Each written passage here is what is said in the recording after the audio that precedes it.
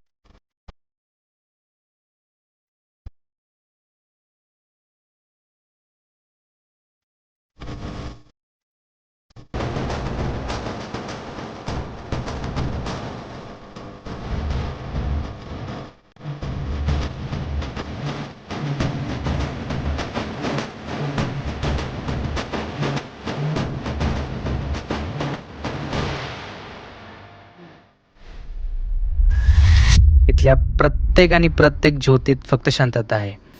आणि असं म्हणतात, जिथे शांतता असते तिथे शिव असतात.